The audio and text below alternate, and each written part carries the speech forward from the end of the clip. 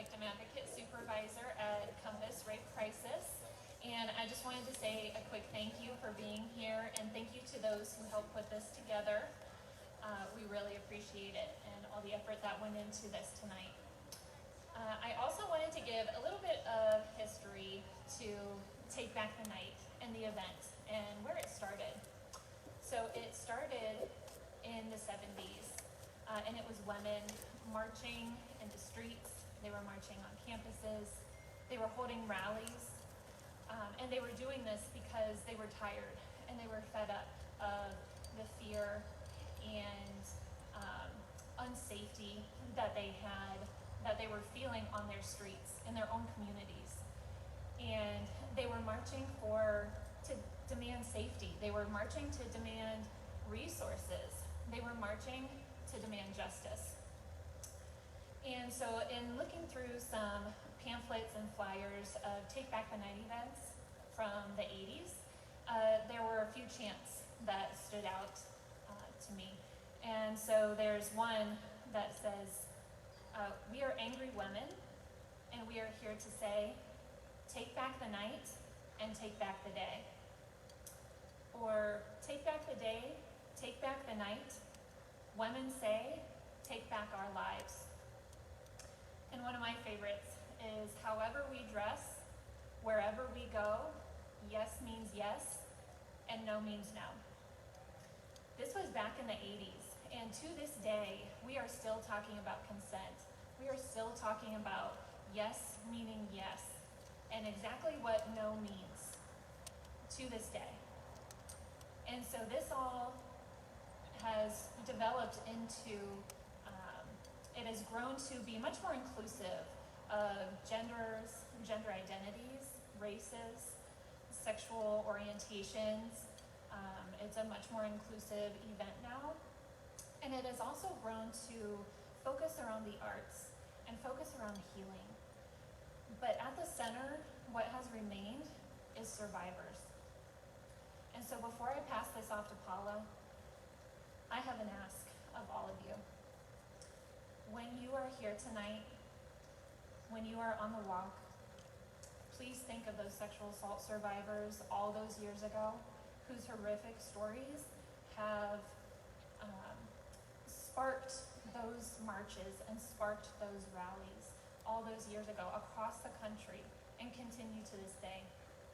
Please think about the survivors in our lives, the survivors in our communities today, and think about what is their safety, what is their resources, and what is their justice. So thank you so much for being here. Thank you so much for taking this stand. And so now we say, let's take back the night. Thank you, Melanie. I'm sorry, this is a little bit, move that down for short people. There we go. Good evening, everybody. I'm Paula Mastriani. I'm the new CEO at the Domestic Violence Project. Just celebrated my first year there, and wow, what a learning curve it was. We do amazing work at Domestic Violence Project, Inc., and I couldn't be happier to have much of my team with me. If you guys raise your hand and just say who you are. And then we also have many board members here. If you could all raise your hands. I think they're in different places. And also, I'd like to say thank you to Ashley Hooper. Ashley's right there. This is her brainchild. She puts all this together, and she's done a yeoman's job. Who would have thought that we'd be sitting here and toward the end of October with sandals on and in a beautiful place? We were so worried it'd be rainy and cold and everything, but it sure turned out great today. So it's good to be here with all of you, able to celebrate the survivors and honor those who have lost their lives to intimate partner violence.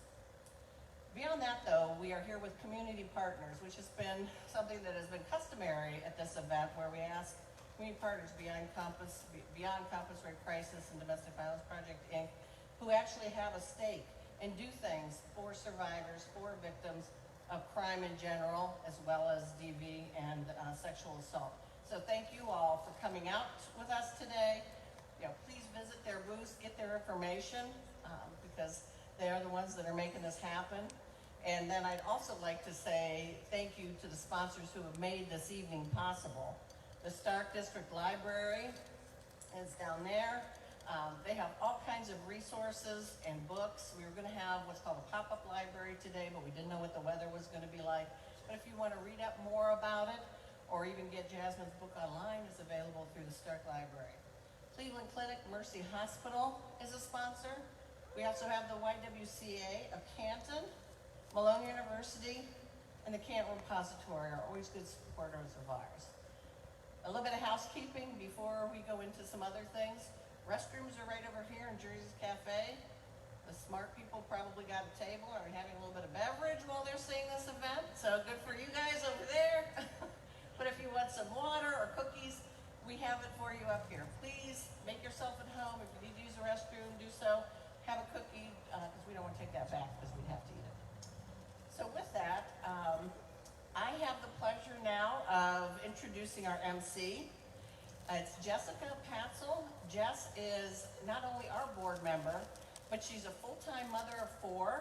She carted her newborn here, so if you want to see a cutie patootie, she's the baby, is it Eden? Eden Sue, I think, is with them back here. She's also an entrepreneur, a passionate philanthropist, and a captivating motivational speaker. She has presented before at this event and others. She's been featured on dozens of podcasts, radio shows, and invited and interviewed numerous online publications. She's bravely told her story about heartbreak, hope, and healing on multiple pages and stages throughout the Midwest. She also has a great YouTube page as well as a Facebook page, so find her and like her. During her physical, or after during her physical, emotional, and sexual violence at the hands of her husband 13 years ago, Jessica made the courageous decision for her and her 2 children to walk away from the abuse. In 2017, after her husband was sentenced to 20 years in prison for almost killing his second wife, Jessica decided it was time to take her voice back. Today, she's passionate about educating the community on the long-term effects of domestic violence. She's served on our board for nearly 4 years, and today she's going to share her story of hope, of erasing the stigma associated with being a domestic violence survivor, give a voice to the voiceless, and to be a constant reminder to those struggling that there is indeed hope. She will be introducing our keynote speaker, Jasmine Bailey, and we're so pleased to have you here today along with your family. It's going to be a wonderful evening. It's going to culminate with a walk, a survivor's walk around the block. So please get your glow stick and participate in that. They too are at the table. And with that, I'm going to hand off to Jess. Where'd she go? She's behind me. I'm just gonna put papers right here. Don't hate me. I have baby brain so bad, you guys. I can't remember everything. Ashley, don't kill me. You got this. All right. Well, hi everyone. I may take this off because I don't stand still very well. I'm not real quiet. I have actually never been here in Centennial Plaza. I'm completely 100% blown away, and I'm really excited that everybody is able to be here in person. Last year, we weren't able to do this event, and that's a bummer because this event is different. It's not a fundraiser. We're not asking for dollars. We're just here to share stories and raise awareness and let everybody else have an opportunity to also share their voice and their story. And it's very special to be able to be here in person this year. I hope that continues. We were a little nervous. We were a little nervous about it. Okay, like I said, I have baby brain. By the way, feel free to sit and listen. You don't have to. I know there are some chairs out back. You can walk around. I know everyone will be taking pictures and videos, and we just always want to remind everyone when posting, and listen, I put everything on social media. My family gives me crap for it constantly, but we want to be aware of not posting maybe strangers or people in the audience that haven't agreed to be on the internet, because you never know who they are, where they're from, or what their story is. So we want to it's hard to remember nowadays because it's second nature, but we do want to make sure and give that reminder out to everyone. Okay, I think, please, almost forgot, see, that's why I need the paper. We have incredible community partners with tables set up all around. Please take a minute and stop by and hear what they have to say and see what they're kind of sharing with us. All right. Thank you, by the way, Paula, for that awesome introduction. I am so not worthy to be up. My picture is like on screens. This is blowing my mind. Jasmine Bailey is an author and she's won an Emmy, and I'm a mom of 4. It's killing me. But I'm very happy to be here. This night, this event, like Paula said, is special. I've spoken at it before. The very first time was 4 years ago, and I shared my story for the first time ever in front of human beings. I was completely terrified. By the way, I guess I should introduce myself. My name is Jess. People call me Jessica, my friends call me Jess, and since I'm about to really overshare, we're friends. Sorry about your luck, but now you can call me Jess. I was actually raised here in the Canton area, in Canal Fulton. I don't know, growing up, nobody knew where Canal Fulton was, so I always had to say Canton. No one had any, I feel like everyone knows where Canal Fulton is now, though. It's like this booming metropolis compared to when I first moved there. I went to Canton Central Catholic. That's my alma mater. If you're from Aquinas, sorry, I don't know if I can talk to you later. I actually live up in Cleveland now, in Brunswick, but this is home. This just feels familiar, and I love being able to be here. Like I said, specifically at this night, when I shared my story for that first time, I had plaid purple pants on, which people judge, but I'm standing by the fact that they were fabulous. I wish I could wear them now, but I was terrified because I was standing in front of people saying I was a domestic violence survivor. And in that moment in my life, I wasn't quite a survivor mentally. I was still stuck in this victim mode. And I thought, oh my gosh, what are they gonna think? What are they gonna think? Are they gonna wonder why I hadn't left sooner? Are they gonna look at me like I'm this weak human being? Are they gonna judge how would she get herself in that situation? Oh, none of that happened though, by the way. If you're ever afraid to speak up, and none of that happened.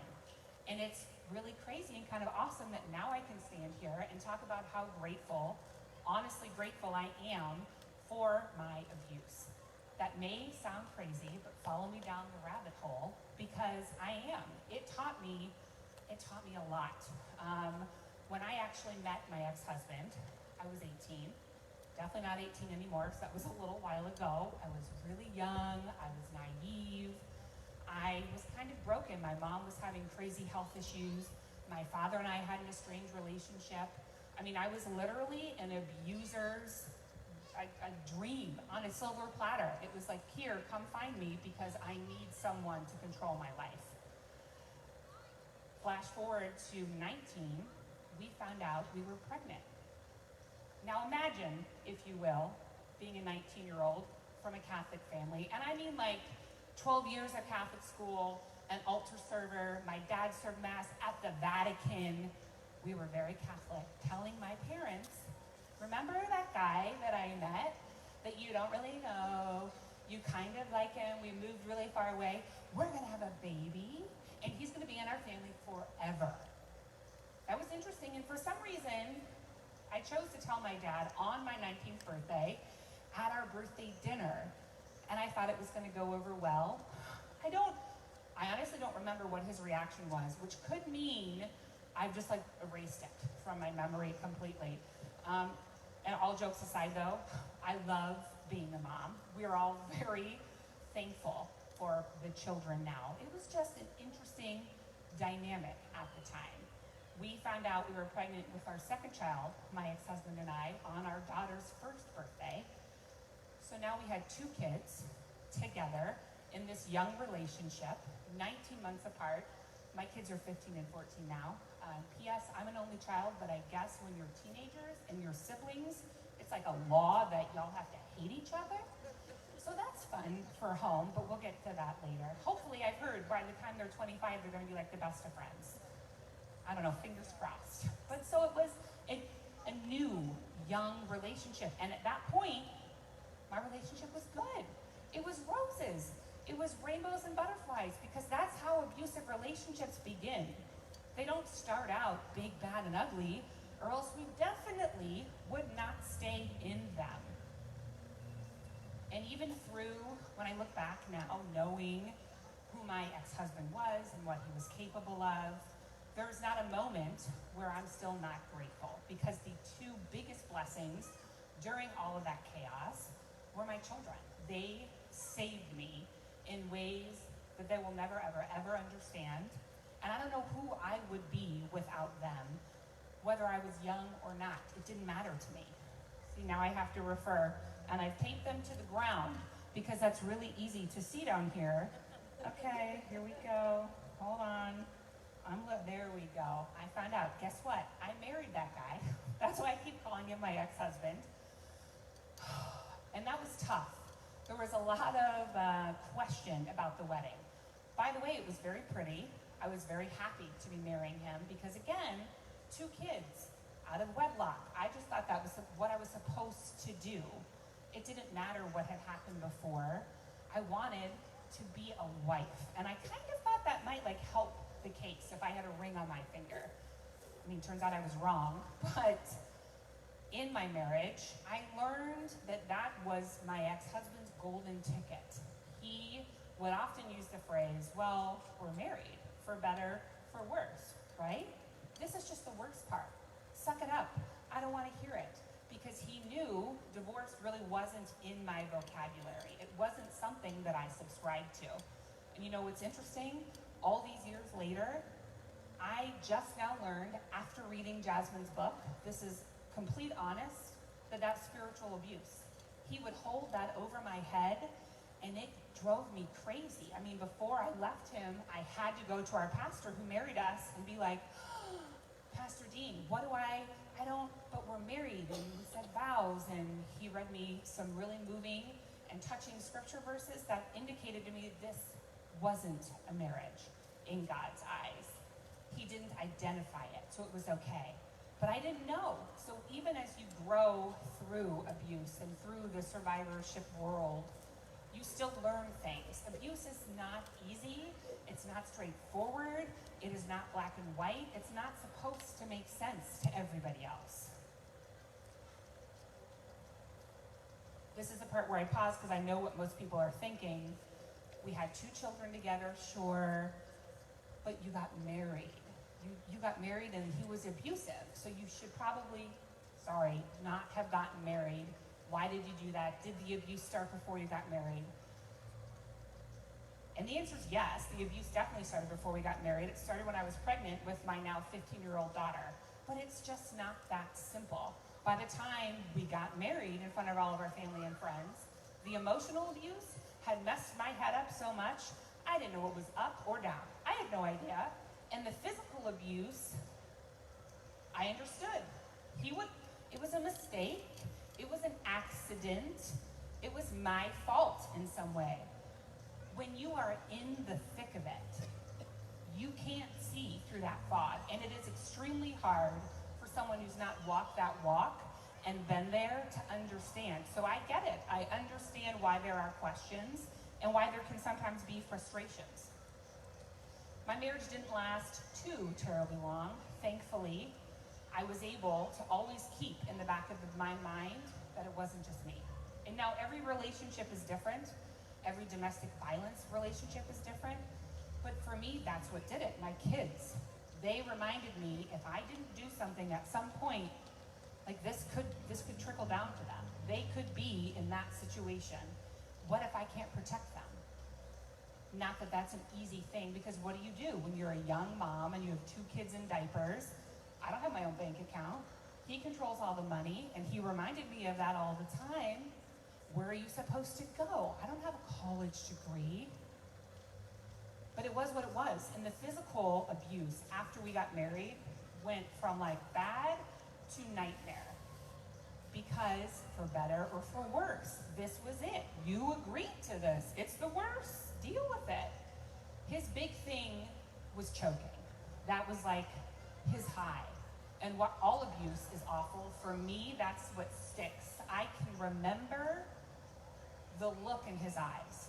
There was something about having your husband's hands choke the life out of you and enjoy it that just never leaves you, ever.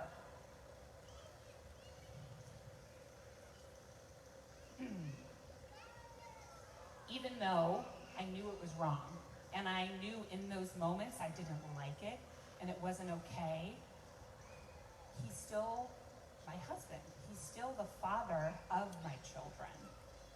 How do you navigate navigate that. I didn't really understand what I'm not gonna tell people. I'm gonna go to my parents who've been happily married for 25 years and say, this is the man that you let me get married to, that you said I give her away. I didn't want anyone to know any of those things. Hindsight is always 20/20.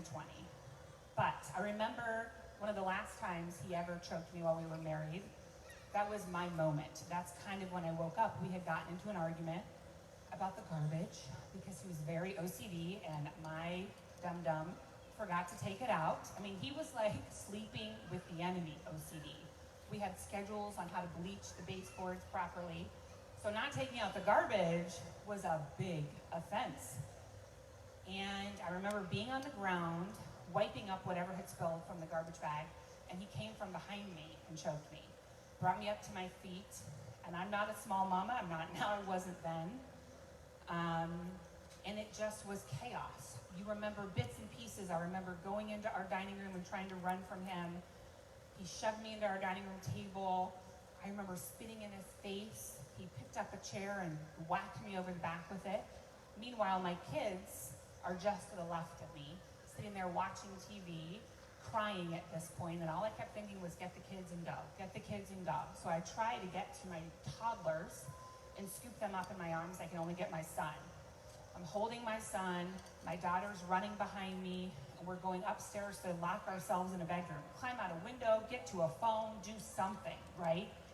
And then I find myself on my back, on the steps, holding our son in a diaper, and my daughter is sitting on the step above me.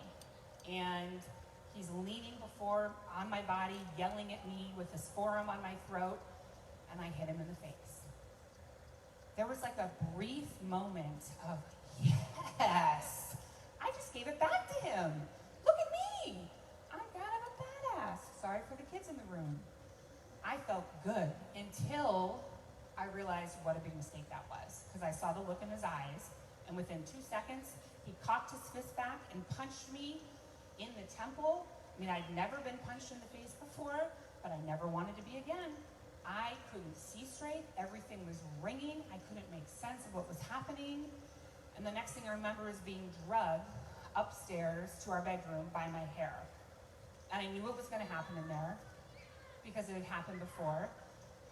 This is a part of domestic violence and sexual assault that people don't talk about enough.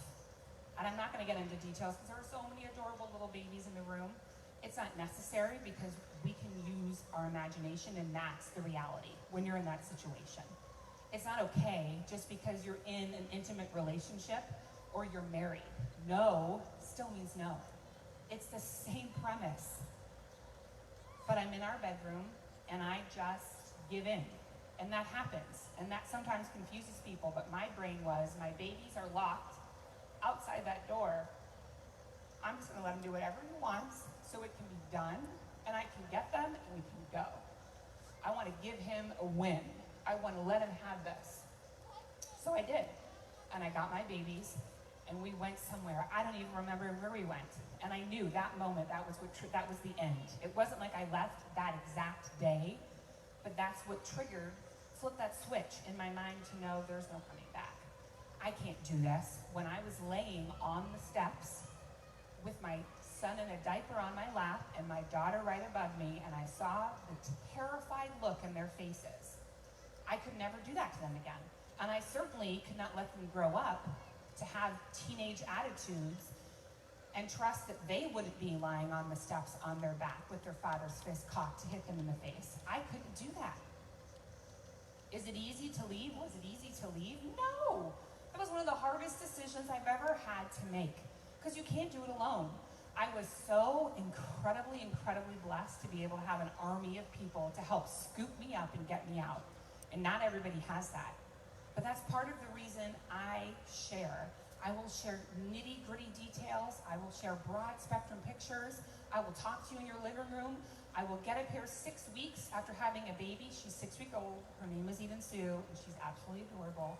But I will do it wherever, because I want people to know I will be your army. I've done it. We've flown people in from other states. I have moved furniture into people's homes. And if I can't, I will find people who can, because there are people out there. There are people out there, when I was going through that, I didn't know there were agencies like Domestic Violence Project Inc., like Compass Rape Crisis. I didn't know things like that existed. I was lucky that I had friends and family who swooped in. But I don't want anyone to ever feel alone. And that's where I look back and I can still be grateful for all of that awful trauma that we went through, because I got my two biggest blessings. I have 4 children. I love them all, I promise. But those two, we went through hell together. We went through hell together, and we've come out the other side. And they are stronger, oh my gosh, than I will ever be or I ever could be. So they're different in my heart. My oldest, I hate what they had to go through, but I'm grateful for the lessons I learned from it. I'm grateful that I can stand here and know that he is in prison for 20 years for genuinely almost killing his second wife. Yes, big claps for that, because that doesn't happen. 20 years for an instance that stemmed from domestic violence? That doesn't happen all the time. It's a double-edged sword for me, though, that story, because I'm grateful that he's away and we are all safe, because I don't know how else we would have been safe. I tried everything I could think of. We had the police involved. Too late. I didn't report as soon as maybe everyone else would have, but that's a hard thing to do. I didn't know what to do, so it took him almost ending somebody else's life, and now we're safe. However, because I didn't know how, I couldn't figure out how to end it, how to stop him, somebody else had to go through that. I mean, we got divorced. I left him in 2008. He was sentenced in 2017. So all of those years, he was still hurting other people. My children, his second wife, and I hate knowing, logically I know that it's not my fault, right? I know that I can't control him. He's gonna do whatever he wants to do. But that'll keep you up at night, knowing that somebody else went through this horrible, traumatic situation after me because I couldn't find a way to make him be held accountable. I don't talk a whole lot about that story because it's not mine. I was not there. But I like to share pieces of it to show the escalation. I told you choking was his favorite thing. I talked a little about sexual assault. That was a regular part of our marriage. By the time he was arrested, he was charged with felonious assault, kidnapping, domestic violence, and rape. He not only choked her, he used a belt until she was unconscious multiple times and had impressions around her neck. I know this is shocking, and some of it's hard to hear, but this is a reality. She went through this because we couldn't figure out how to end it sooner.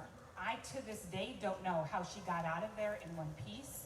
But again, she and I talk regularly, and we still find gratitude in that none of the children were in the home when that took place. She came out with her life, which a lot of women and victims in that situation are not able to do. And now we are all safe. But that's a hard pill to swallow for me. It's not easy being in an abusive marriage and leaving. None of those things are as simple as the world would like to make it seem that it is. I'm grateful that I can stand here now and be in such a better place. I had to go through all of that stuff, y'all. It sounds warped, but I think I had to. I know that I had to. I had to go through my abusive marriage. I had to go through a tumultuous relationship after my marriage, because I just ran for like the good on paper person, the stable person, the total opposite of my husband person. Wasn't right for me, wasn't right for my kids, but I learned lessons. And now, over a decade after, I found somebody who loves me unlike any human being has ever loved me before. See, I cry at the bad stuff and I cry at the sad stuff. This is what happens when you have a baby 6 weeks ago. Oh my gosh. He is 100% the love of my life. And if I wouldn't have been so broken and been forced to put myself back together on my own, piece by piece, I wouldn't have been ready for him. I wouldn't have been the right human being for him to love. And let me tell you, ladies, it is one thing to find a man that loves you. But I told you, I love all my children, but my 2 oldest, to find someone who not only loves them as their own, but understands their PTSD, their trauma, doesn't judge them, doesn't shame them, but allows them to walk through it, that is what like myths are made of. I don't know how it happened, but it did, and it can. It can for anybody. So I encourage everyone, please, if you're in that situation, if you have gone through that situation, if you're stuck in it, you just can't stop. It is impossible. There is no right path that every single victim has done to become safe and become whole. It's different for every human being. I'm up here crying because I'm so happy, but I promise you, just because he's in prison for 20 years, and just because I am so, oh my God, I am so blessed, it's a little bit sickening. It's not over. My children, who are only teenagers, have to talk to their dad on the phone with a prison recording every 2.5 minutes. That's very hard for them. They have to figure out, is it okay to love my dad knowing what he did? Because I don't like what he did, and I don't like the person that he was, but I miss him because he's my dad. I don't know though. I'm afraid that is very challenging, and I can tell you as Jess, me, I don't like that. I hate hearing his voice on the phone, and I know that's terrible as a mom. I hate it. I hate hearing his voice.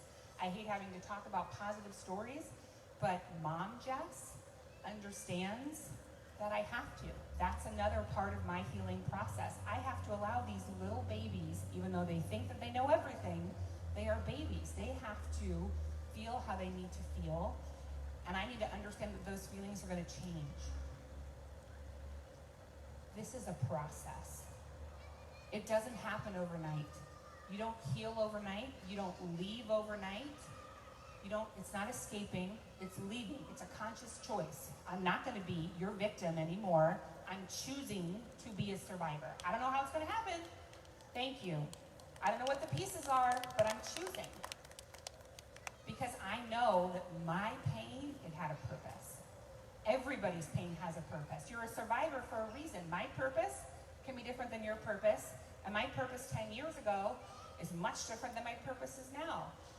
My purpose is to share all of this yuckiness and show you how wonderful life is on the other side. If you just stick with it, just push through the impossible 1 single second at a time, and you will get there because you are never, ever alone.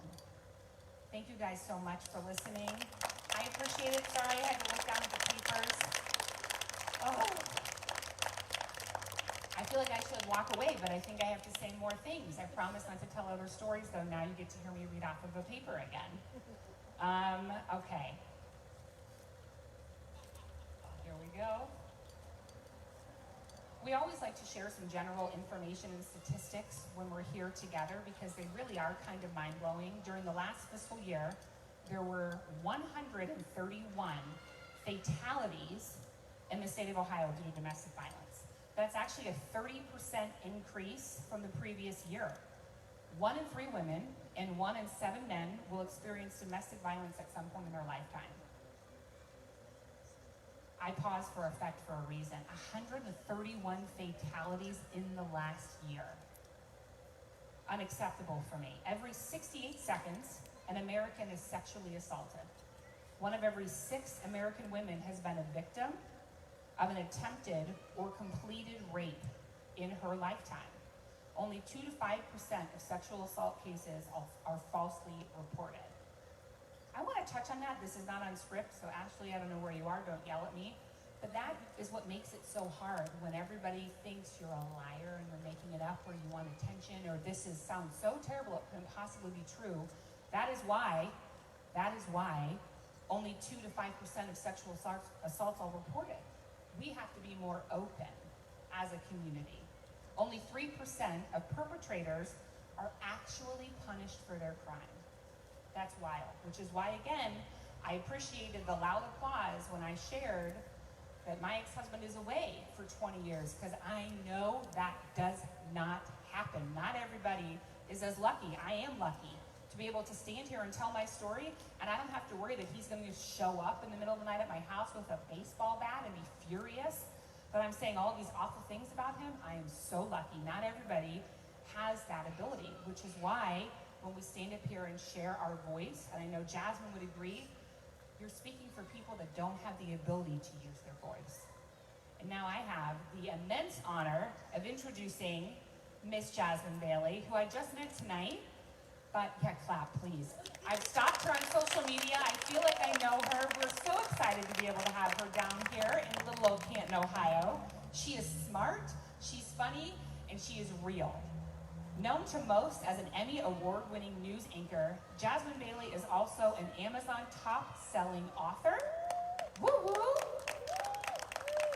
And a dynamic public speaker, which you guys will all be able to testify to in a couple of seconds. In her first book, The Woman with the Oil, Jasmine catapults readers into a vivid scenes from her abusive marriage, experienced as the rising star struggled to balance a toxic home life with the demands of being a TV news anchor. The events are sure to make you cry, laugh, and drop your jaw. In March of 2021, Jasmine joined Fox 8 News as a weekend morning anchor and reporter. I'm up in Cleveland, by the way, so I feel like she's like in my backyard. She is truly one of Cleveland's own and grew up on the city's west side because west side is the best side. There we go. We have other Clevelanders in the house. Before returning to Ohio, Jasmine spent nearly 8 years working as a news anchor in Orlando, Florida. Her work there was not only recognized with an Emmy, but most recently, a 2021 Regional Edward R. Murrow Award, one of the highest honors in news. While Jasmine is passionate about telling her stories in the community, she has also found purpose in sharing her own story. Today, Jasmine uses her memoir to educate others about the cycle of abuse and to hopefully prevent someone else from experiencing intimate partner violence. Everybody give her a big round of applause for Miss Jasmine Bailey as she walks up here.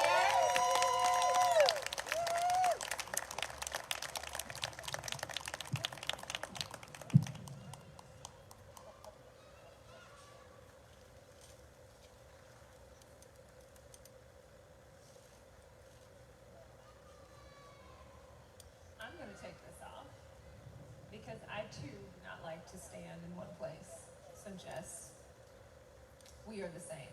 Thank you so much. That was very sweet.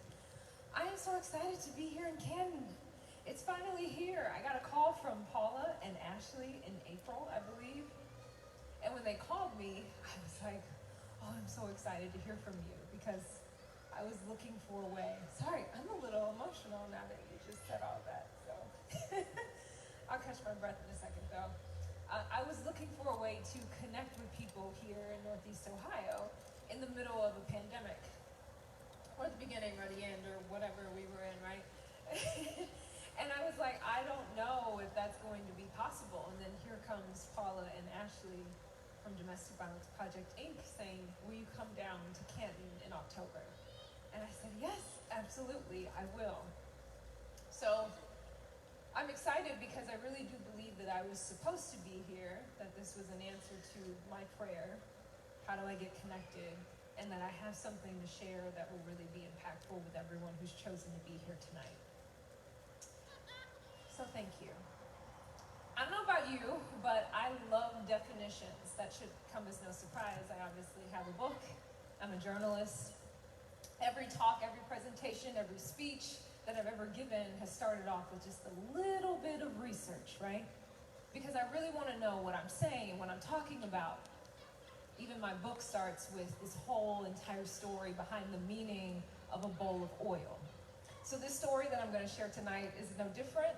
A couple weeks ago, I'm at a local coffee shop in Ohio City. West side is the best side. And I'm starting to think about what I want to say. And I keep repeating, take back the night, take back, take back, take back. And I was like, what does that mean? So, according to my digital best friend, thesaurus.com, there are a number of synonyms for take back. One of them being cancel, and I was like, ooh, that's a buzzword. And the second one I saw was reclaim, like Maxine Shaw, reclaiming my time, right? And the list goes on. Call off, eat one's words, have a change of heart, change one's mind. I was are really good. Most of them resonated with me, so I just figured I'd start writing, and we'll see where this goes. I will tell you that I had some fear and trepidation when I started writing, because the truth is that everything I'm about to tell you happened. It took place. The emotions that I'm going to unload, I felt them. But right now, in this moment, I'm standing here in this purple dress and hat. It is not the truth that I identify with, right? I'm the most safe, supported, loved, creative, at ease than I've ever been in my entire life.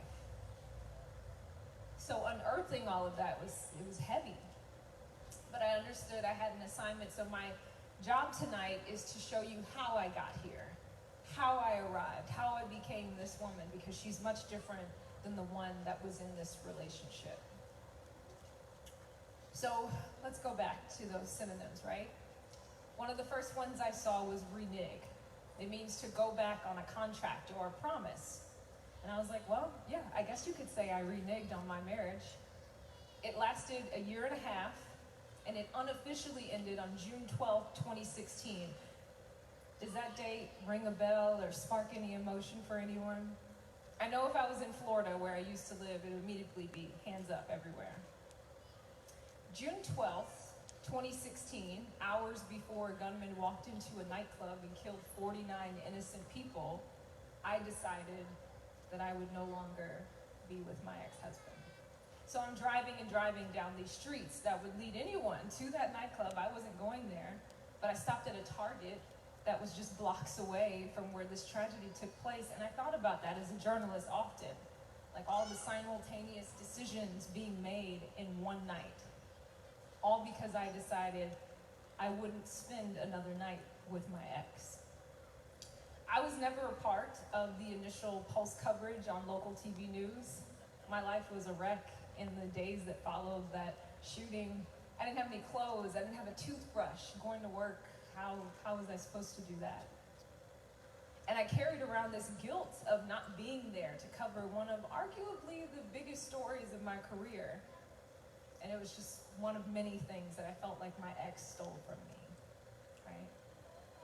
So June 12, 2016, the unofficial end, right? I reneged on a promise.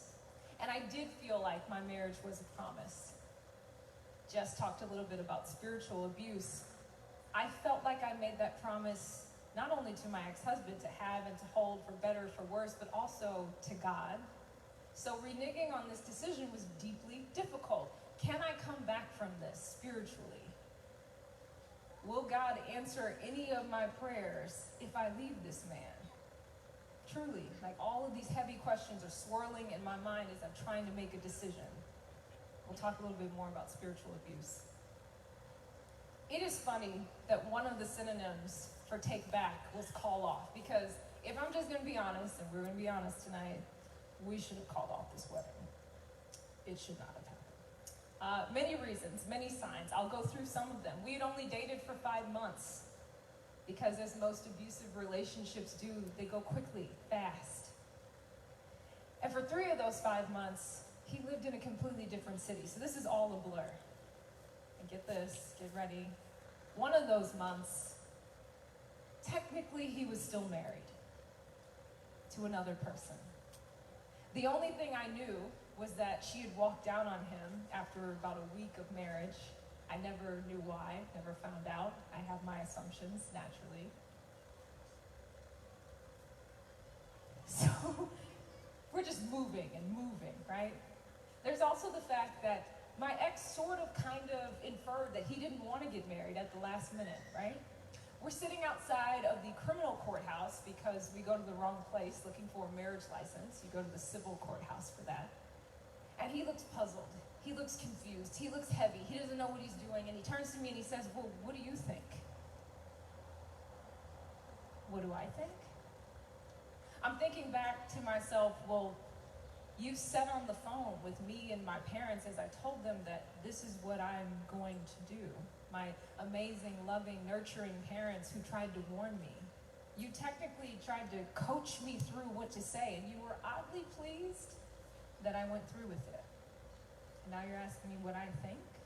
I think we're in this together. I think that we're in love. I think that we want to get married, right? So I say to him, I think you're scared. And he was a daredevil. How dare I accuse him of being afraid of anything? So instantly, like that, he changes. And he's like, let's go. Let's go to the civil courthouse. Let's get this marriage license. I did not understand what his divorce meant. I'd never met anyone who had a divorce, like up close. What does it mean? I'm 24 years old at the time. I don't even know anyone who's close to getting married. So I rationalized it in my mind that, okay, so it's like he had a girlfriend and they broke up. I know it's fresh, but like, he can date, right? Wrong. Completely wrong. Something his mother knew, and she was on fire when she heard that we were engaged. She had good reason to be, just like my parents did. But we don't listen to any of those signs. We get married on a Monday, completely random, and after a dinner, awkward dinner at a local restaurant, we go home. Only his friends were present. My family was not there. My friends were not there. The girls that I had sort of, kind of created a relationship with in Florida weren't there. He told me the day of the wedding that he wasn't comfortable with them coming. Just one of the many times where he tried to drive a wedge between me and the people that I cared about. I'd only been there for a few months. I didn't have any solid relationships, and there he was, making it even harder. So I want you to imagine with me, we've only been married for about 3 hours, and we get back to our new apartment, and we get out of the car, and he's walking ahead of me, right? And I'm thinking to myself, why are we not together? Why aren't we holding hands? Why aren't we looking in each other's eyes, smiling? Why aren't we excited? What are you doing? We get to the doors. He's kind of opening it. If I catch it, cool. If I don't, whatever. We get into the apartment. He doesn't turn on any lights. And I kind of feel my way touching the cold walls till we get to the bedroom. He finally turns on the light, and he's in the closet undressing in that way that's like, oh, I've had such a long, annoying day. Taking off his tie. And I hear him start talking, and he's saying things like, I don't have to do this. I don't have to stay here. I can still leave. What? And then he turns to me, and he accuses me of not paying any attention to him at the table. And immediately I'm on defense saying, what are you talking about? I was turning to you. I was talking to you. I was talking to other people, making sure they are all right. And he says, yes, why were you asking my friends questions? He's inferring that I was flirting with married men. That's not me. I don't want any of them. I just married you. What are you talking about? I'm babbling. And as I'm babbling, he stops me and interjects me. He raises his hand. You sway like the wind, he says. You're spineless. You have no backbone. So now I start distancing myself in the room because I'm like, am I safe? And he has this laundry list of complaints about me. You're not pretty enough. You're not light enough. You're not what I wanted. You're not intelligent enough. You don't have the degrees I would want my wife to have. You just aren't the part. You don't look it. I'm like, what? This goes on for an hour before all of a sudden he just stops and he says, I'm sorry. I had doubts. I'm afraid of being hurt again, and I'm so confused. I've gone out on a limb and said, this is my person, no matter what you all think. And now the picture that I saw, that I created, is shattering into a million little pieces right in front of me. And I don't know what to do. So I stay. Over the next year and a half, the abuse just mounts. He's slamming cabinets in my face if I buy the wrong apples at the grocery store. He's throwing snack cakes onto the ground if I forget to buy something else. You're selfish, you only think of yourself, is what he says to me. He's pushing me in the closet down into all of my clothes because I'm wearing a skirt that he thinks is too tight. He's telling me that I cannot get out of bed until he wants to get out of bed. And if I do, he's dragging me across the carpet because you have to get back in here. He threatens to kick me out of our home. He never cooks, he never cleans, he demands that I do. So I'm a full-time housekeeper to a person with a PhD, pretty intelligent, not working, not making any money, which is funny because he's watching my spending like a hawk to the point where I'm afraid at work to even buy a sandwich and I'm hungry. I just don't want to hear him. I don't want to go through it. Right? But of course, like Jess said, not every day is bad because that's not how abusers work. So sometimes he buys me flowers and sometimes he gets me a teddy bear because he knows I like them. I was young, y'all. Sometimes he prays for me, comforts me. Sometimes he encourages me to go for my dreams. I'm talking about the really big ones because again, this is a daredevil. He really believed in that, like, God can do anything. Anything. I'll give you an example. So one day we were planning to buy a home, despite all the craziness, and we needed a down payment. He was planning to get a huge check for his consulting work, one of the times where he was actually making money. But the check was not supposed to come for like a week. We needed the money that day. So he says, join hands with me and pray. And I'm thinking, they already said it's not coming. They can't do anything. It doesn't matter. Join hands with me and pray. I need you to believe. He starts praying. God, I believe you're sending me this money. God, I believe you're going to change the mind of the man that I've been talking to all day. He keeps praying and praying and praying and praying. And as we are praying, the phone rings. And it's the guy. I can see it on the caller ID. And he answers, and the guy says, drive up, I'll get it to you. What? So it's this deeply confusing situation because it's moments like these that he uses to persuade anyone who will listen that he has a deeper relationship with God that others just cannot begin to understand. Coupled with the fact that we go to a church that tells us every Sunday, Monday, Thursday, depending on the week, God can do anything. Your faith can move mountains. Faith comes by hearing and hearing by the word of God. Apparently, as an abused woman, I'm sitting there and I'm thinking, maybe God just didn't give me the faith for this situation to make it better. Or maybe I'm not using it in the right way. Maybe I'm not praying enough, or maybe I'm not listening to enough of my pastor's messages to make this better because my life seriously does not feel blessed. So I stay because I got to use my faith. It's all I know how to do.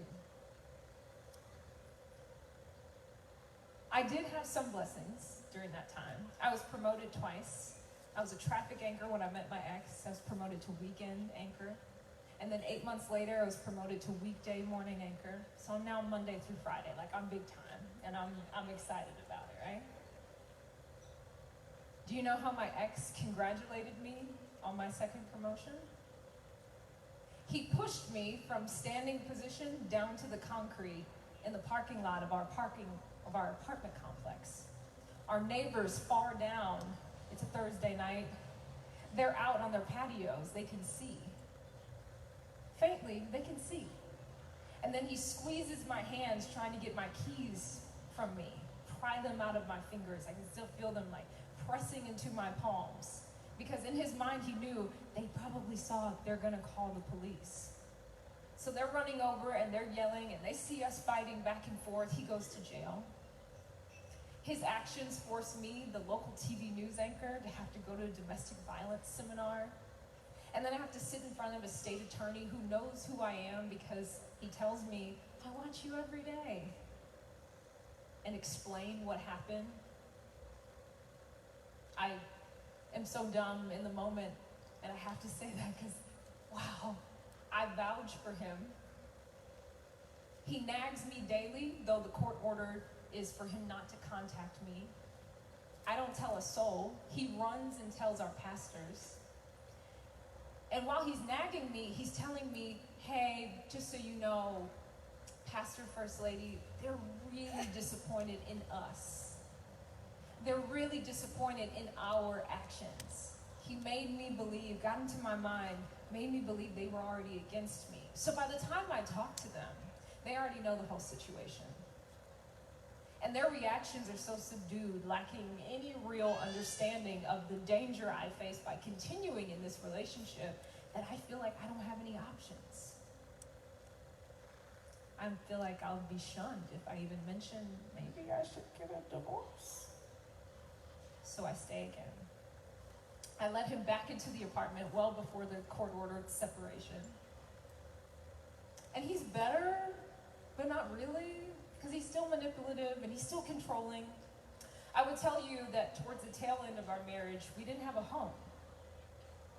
I'm a local TV news anchor. I have nowhere to go when my shift ends. How does that happen? I told you that we were going to buy a home. Well, he ruined the first deal because he lied on the loan documents. Another red flag. So now we're still searching for a house. We're month to month in our apartment, and he calls me on Valentine's Day, says, you're gonna have to take off tomorrow, we gotta move. Tomorrow? Yes, tomorrow. Why? Because, where are we going? I don't know. 24-hour packing session ends, we still have nowhere to go. For 5 months, we end up living with friends' parents, and when that situation becomes too toxic because he has no respect for adults, we move in with his friends and their 3 kids. I am, tiptoeing over toys in the middle of the night to get to my morning show and do my job. My life is in shambles. Half of my clothes are over here. Half are in a storage unit. Half are in this closet. The other in this closet. It's a mess. Meanwhile, local TV news is playing out my life in real time. I am coming to work reporting on woman after woman after woman being killed by her current or former romantic partner. And I'm doing these interviews with people like Ashley and Paula, and I'm asking questions like, okay, so wait a minute, let's go back through that. If your coworker comes to work and they're saying things like, I'm just so tired, that you're saying that might be a sign? Or better yet, if he has all the control over the money, you have no access to it, that should be a clue for you, an indicator you might be in this abusive situation. Oh, wait a minute, for the viewers, what's the hotline again? And they don't know, right? They have no idea. They're just happy that there's space and there's time on local TV news to be talking about this topic. So happy that there's an anchor who's engaged. I'm really asking though, and no one knows that. I've become increasingly concerned at this point because our first date was to a gun range. And I'm thinking, does he own a gun? I don't know, but I know that he was really good at hitting the target. We finally started subletting an apartment, and it's that apartment that I left him from. What was the final straw? People ask that all the time. Oddly, Jess, it involves kids. We didn't have kids, but we had decided to babysit our friends' kids that day. And they come over, they're playing with their toys, 2 little girls. And he asked me, like, what do you want to do tonight? I'm thinking, I don't want to do anything. I just babysat 2 kids all day, nothing. And I'm on my phone, which was always an issue. You're always on your phone. You're always on social media. He had a problem with it. So I say, I don't want to do anything. I don't know. And I'm looking down at my phone. And before I know it, he's jumped up in the same position that he sort of threatened me with on our wedding night and chops me in my throat, and I fall back into the couch. In front of these 2 little kids.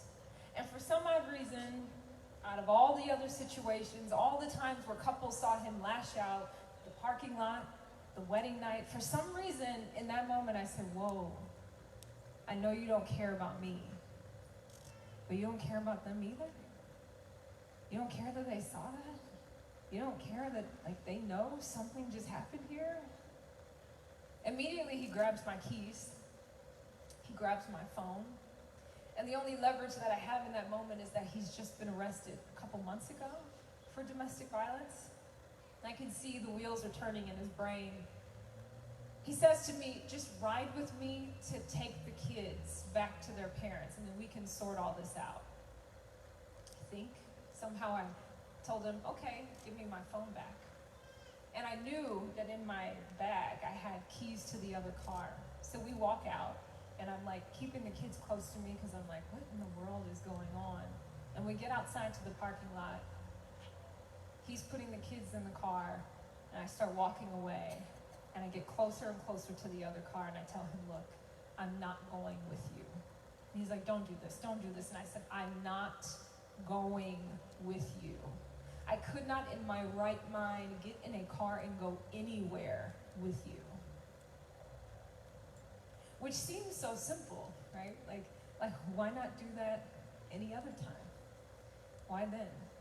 You just walked away, which I know is atypical. I know so many people don't have the liberty of just walking away.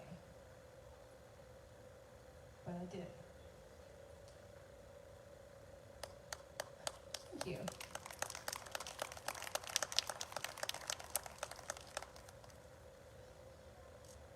So then you're like, okay, I reneged on that. How do you get here? How are you back in your hometown talking about your top selling book? Does that just magically happen? I assure you it does not. The next 4 years of my life are hell. Like they're awful. I cry every day. This is crying because I'm happy. And I'm feeling the emotional weight of it. But back then I just cried. I don't know why I'm crying, I'm just crying. And when I'm not sad, then I'm flying to DC, to Philly, to see Beyonce with my sister, to Jamaica, to London, to Amsterdam, anywhere that I don't have to think about this. Anywhere that I wanted to go at the time when I was in this relationship, and I felt like I would never make it to go there.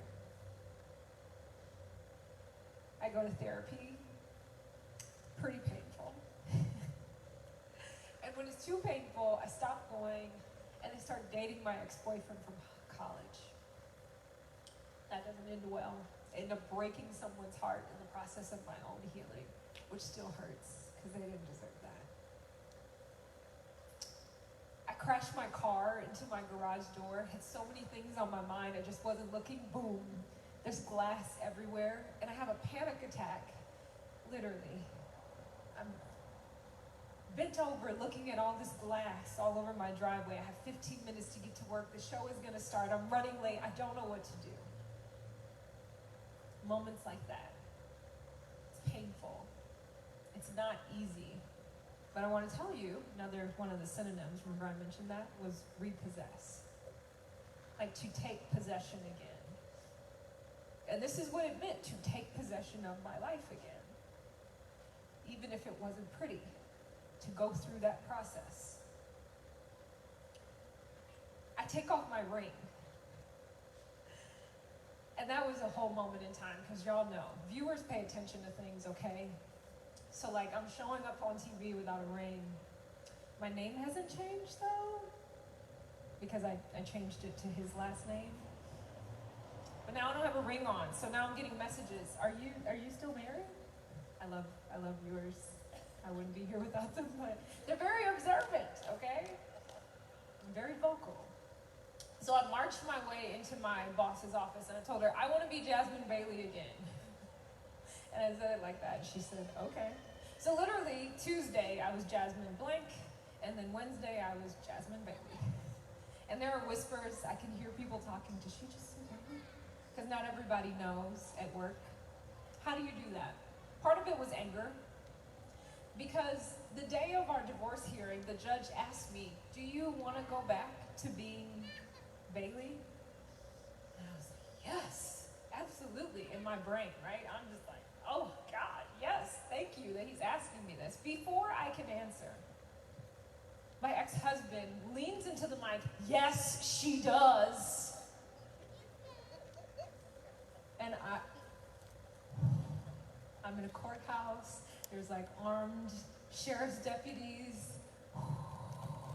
Calm down, breathe, breathe. Are you serious? Like, I just remember thinking, do you really think I want your last name? Please.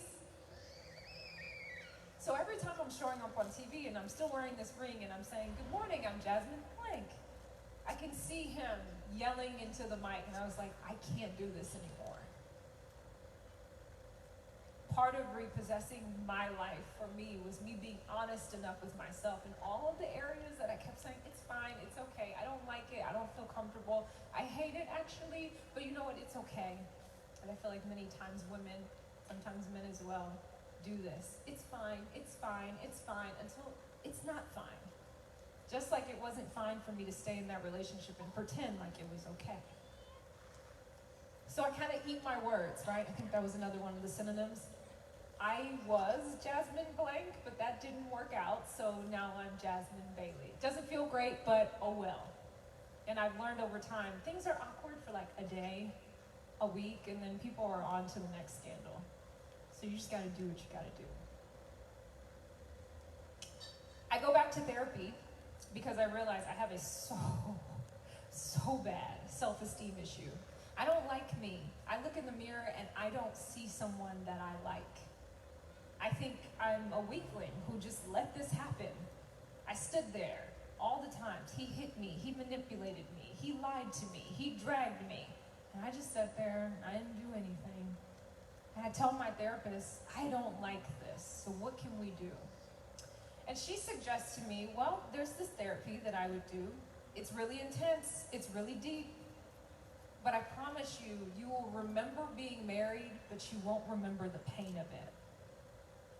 And that was enticing enough. I was like, you know what, I'm down. I don't care what it involves, let's do it. And she said, well, it's really just kind of like guided meditation. Some sound and some light mixed in, but when I ask you these questions, I just want you to be honest with me. So I told you I came in with these narratives. He hit me, he did this, he did this, he did this, I did nothing. And in the process of doing this meditation with her, she's asking me questions that help me to see, no, actually that's not the case. No. Why did he drag me? Because I got up out of bed and I told him, I'm not gonna pretend like I'm sleeping today. And then I charged toward the door. Sure, he pushed me, but that's how I ended up on the ground. It's not like I just stood there every time. I did something. How did I end up on the floor in my closet? I put the skirt on anyway. I said, I don't have time for your shenanigans today. I moved towards the door. I'm thinking back to all these times where he called me bizarre and weird and strange. And I'm thinking, wait a minute, you're the one who was coaching me how to kiss you. Turn your head. No, turn your head this way. No, turn it back this way. Lick your lips. Tongue, tongue, I swear to you. That's how he would kiss me. Who does that? That's not me. That's your bizarre need to control every little thing. So because I go to therapy and someone actually asks me these questions, I'm able to change my mind. Another one of those synonyms on that list. I change my mind about what this actually looked like. And every time one of those memories pops up, I'm like, nope, you know what? I did the absolute best that I could in that situation. I didn't know what abuse looked like. I didn't know the red flags. I'd never been in this situation before. All I have are all these men across my entire life who've only looked out for me, my dad, my uncles, who literally consider me their child, former pastors, mentors, coaches, professors. I went into this, I was gullible, but you know what? I did the best I could with what I had. Thank you. Oh, but then, you know, some flashbacks come back and you're like, wait a minute, because now I'm not sad about it, I'm just angry. Because now I know I'm not stupid, now I know I'm not dumb, now I know I'm not ugly. And I'm just like, you tried me for a whole year and a half. Like, what in the world was that? Now I'm just like, oh, I can't stand you. And sometimes that anger would build and I would lash out at people. My mom sometimes, sorry mom. Friends. And I was like, I gotta do something about this. So I'm gonna say something, sounds crazy. I forgave him. How do you do that? Just like I created some new stories about what really happened in that relationship, I was like, I gotta think about this real hard. I gotta let this go because it's becoming toxic. I have this conflict going on. I'm not a victim. That's not how that happened. No, I did the best I could. Oh, I can't stand him, right? I can't really let it go. So I began to reflect, like, what happened here? Why would he do this to me? Did he just pick on me? Is it just because it's me? He just picked me out and was like, Jasmine, that girl, I just want to ruin her life. Maybe. But then I started thinking, like, wait a minute, his mother left him in Jamaica for 10 years as a child. And the only parents that he ever knew died well before he ever met me, his grandparents. And then just when her citizenship status was gonna kind of be a little flaky, she went and grabbed her American-born son. So now he's in Florida and he's got an accent and kids are cruel and they act like they can't understand him, so he's fighting every day after school and mom's in and out and dad's in and out. Have you ever thought that maybe he doesn't know how to stay? Maybe. Like, I really had to start thinking hard about the fact that he told me one time he said something smart, his mom just punched him in his face. Like, you know how many times I said some smart things to my parents? Have they ever just punched me? No. So it dawns on me that it's possible, yes, he had the ability to love me in the way that I wanted to love him, in the ways that I tried. But I was like, I'm still gonna give some open space to maybe he didn't have it. Like, if love was an ATM, his account was in the negative. Like, there was just nothing there to give me. And with that story, I was like, you know what? That's cool. I was looking for something from someone who possibly did not even have it to give it to me, so you know what? That's fine. I forgive you. I called him. I would not suggest anybody does that. I know that now. Don't do that. And I wish that I could tell you it was beautiful and it was great. It felt like I was being robbed, actually. Like, that's it?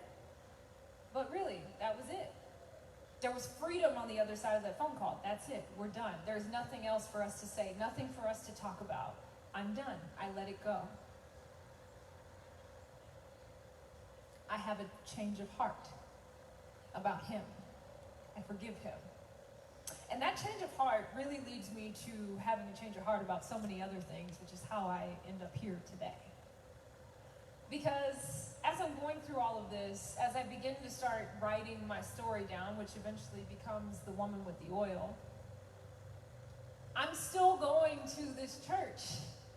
I'm still listening to this pastor who only after I publish my book tells me, yeah, you know, I knew something was going on with you too. And I'm like, and you didn't think to say anything? Like, what? And I start looking at my life and I'm like, wait a minute, this environment that I'm in spiritually is just as manipulative and controlling as this relationship. And that doesn't work for me anymore. So whether the friends come with me or not, goodbye. I'm walking away. In January 2019, I say goodbye and good riddance. And I challenged myself to create a new story about me and God, because the one I had was pretty jacked up. I have a husband who tells me this is what God says, with scriptures and messages about you being my wife. You have to act like this. And then I have a pastor who tells me this is what it says about me being your spiritual leader. I have the words for your life. You will not find them anywhere else. You have to live your life this way. I was like, I'm tired of everybody controlling my life, telling me what's good for me, what I have to do. So in many ways, I walk away and I do the same exact things that I did when I walked away from the relationship. I explore. I go do the things I've always wanted to do, and it's good for me. On Sundays, I do yoga outside of the museum. I connect with nature. I'm in the grass. Or I go kayak down a river with manatees, because that's just things you can do in Florida, right? Or I make a pound cake on Easter Sunday and listen to my favorite worship songs because it reminds me of my mother. It's what I want to do. I go to sound healing classes and meditation. I go to yoga on this day. Bar classes on the other day. Why am I mentioning all this stuff? To the average person, it seems like, yeah, just go do what you want to do. But to many of us who are in these spiritual environments where there's all these limitations and you can't do that and that's not right and you can't dress like that and you can't go there and you can't do this, it's the ultimate form of freedom to just say, I'm going to do what's best for me. I think often about change, the changes that I made, because I wonder to myself, like, who would I be if I did not make these changes? Toward the tail end of our relationship, he was trying to get us to move to Miami He was trying to get me to leave my job. And I want to say that I would have never done that. But to be completely honest, in those moments, you're tired, you're exhausted, you just don't want to hear them anymore. And he would actually say that to me, you know, you're tired of waking up this early. Of course I am. I wake up at 1:45 in the morning, and then I come home to you. Of course I'm tired. So I have no doubt in my mind, 99.9% sure I probably would have ended up in Miami, away from everyone I know, further away from my family, and probably not even working in my career field. What kind of life would that be? I certainly wouldn't have a book. I wouldn't be on any stages. He didn't want me doing anything remotely close to looking like myself, walking in the creative power that I have. That change of heart, that change of mind led me to where I am today. I certainly would not have become the person who could look at my life and take an honest assessment and say, you know what, maybe 1:45 in the morning is sort of not good for me. Waking up that early. I have a billboard in Orlando with my face on it, but I can take an honest assessment and say, I don't like being in a place where I don't have family and friends. I don't even feel comfortable dating because there's no one here to check in and no one for me to check in with. Is that a future? It's the honest assessment that leads me to a place where I say, hey boss, I've loved working for you.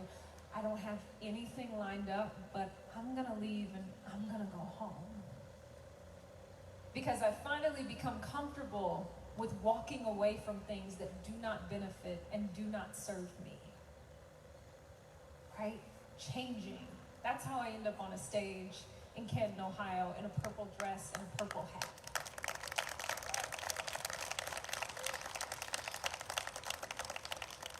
Because I think so many of us are afraid to change things. That is your power, to always walk away and know you have the right to do so. Right? Like, even if it's embarrassing.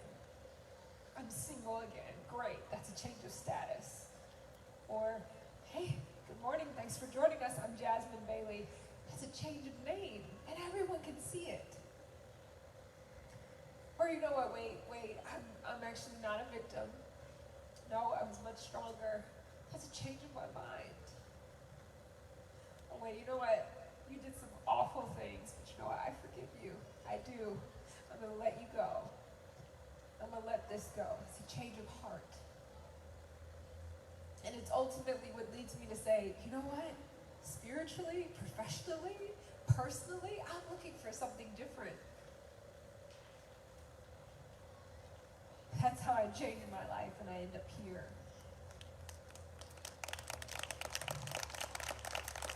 So I guess what I'm trying to say, if you take nothing else from my story tonight, if you don't like your life, change it.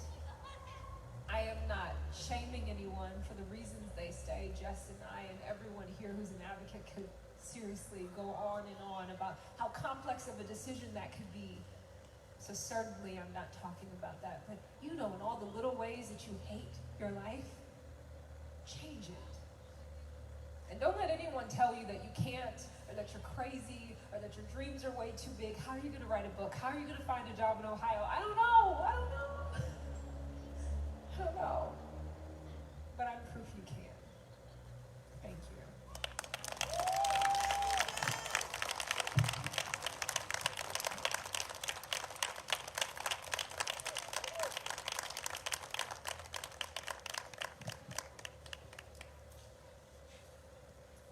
We're going to go ahead and take questions for about 15 minutes. If anybody has questions, anybody at the tables as well for Jasmine?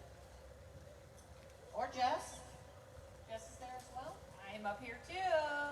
So, I don't want to put Jasmine on the spot here. I do have a question for probably both of you. Okay, we're gonna give her. Yeah, better give get her a a drink minute. of water. No, take a minute. So, we noticed that when you're talking about your exes, you don't give the names. You refer to him as Mr. Blank. You know, Jess talked about her former husband. Tell us why that's cathartic for you. Wow. Well, I feel like there could be a couple of answers. One, I love what Jasmine was saying about her name and the change and taking it back. I don't want to give his name anymore. Like, you know, this is me now. This is my time to talk. It's my time to shine. I've come out of this crazy situation, so no thanks. I don't want to give that any more notice. And then, for me, it's a little bit about my kids. My children have his last name. I don't want to put those two things connected anymore. So it just, he did his thing. He got his attention. Now it's my turn. I guess it's similar in the way that like I have seen clips online from way back when, and it was a great story, but like at the end of it, I'm like, Jasmine blank, and I'm like, ugh. So I don't talk about it. I mean, that moment in the divorce hearing was pretty much like, this is it, done. I'm sure that helps the healing process. Who else? Anybody have questions for either of our guest speakers? They pretty much laid it out for us. Anybody? Kids are already playing with the glow sticks? Going once? Going twice? All right, I'm going to turn it back over to Jess. That's going to talk about what's happening next. Please make sure that you're visiting our tables with our helpful partners. And with that, she'll let you know what book signing is going to happen and everything. We thank you so much for coming tonight, and I'll let them wrap up.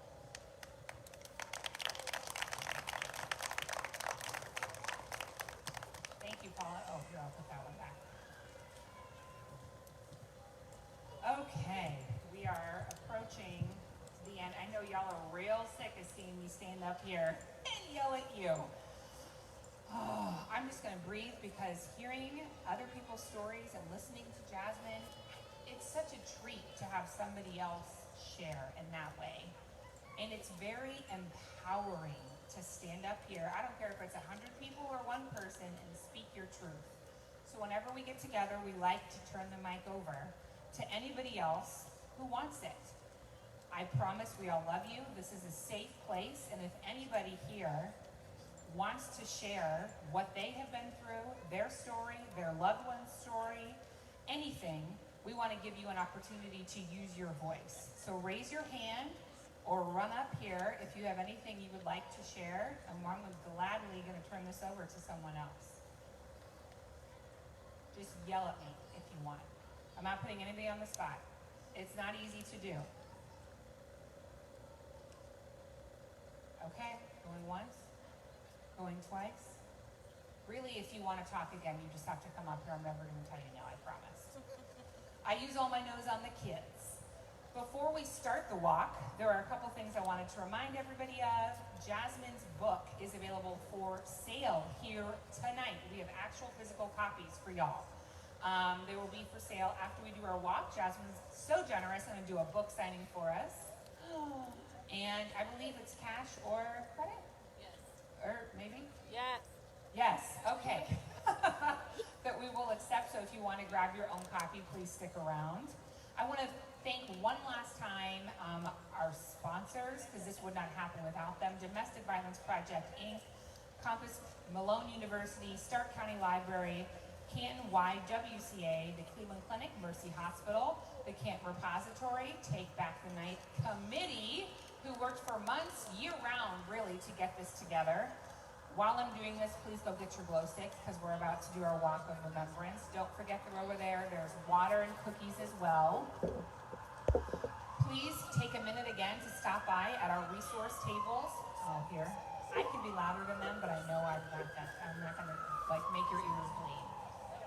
That is why we're here. We want to offer resources to anybody who needs them, so don't forget that they are here. And now we're going to start lining up to walk around the pavilion. And I want to remind everyone that after the walk, again, Jasmine will be up here. This walk is one of my favorite parts of our event. It looks different every single year, but let's take a minute to really remember why we're here. And most of all, remember those who can't be here to walk with us today. So we are going to line up by the blue and red table. Yep. Jasmine and I will go over there and kind of wait for y'all, and then we will just walk around together.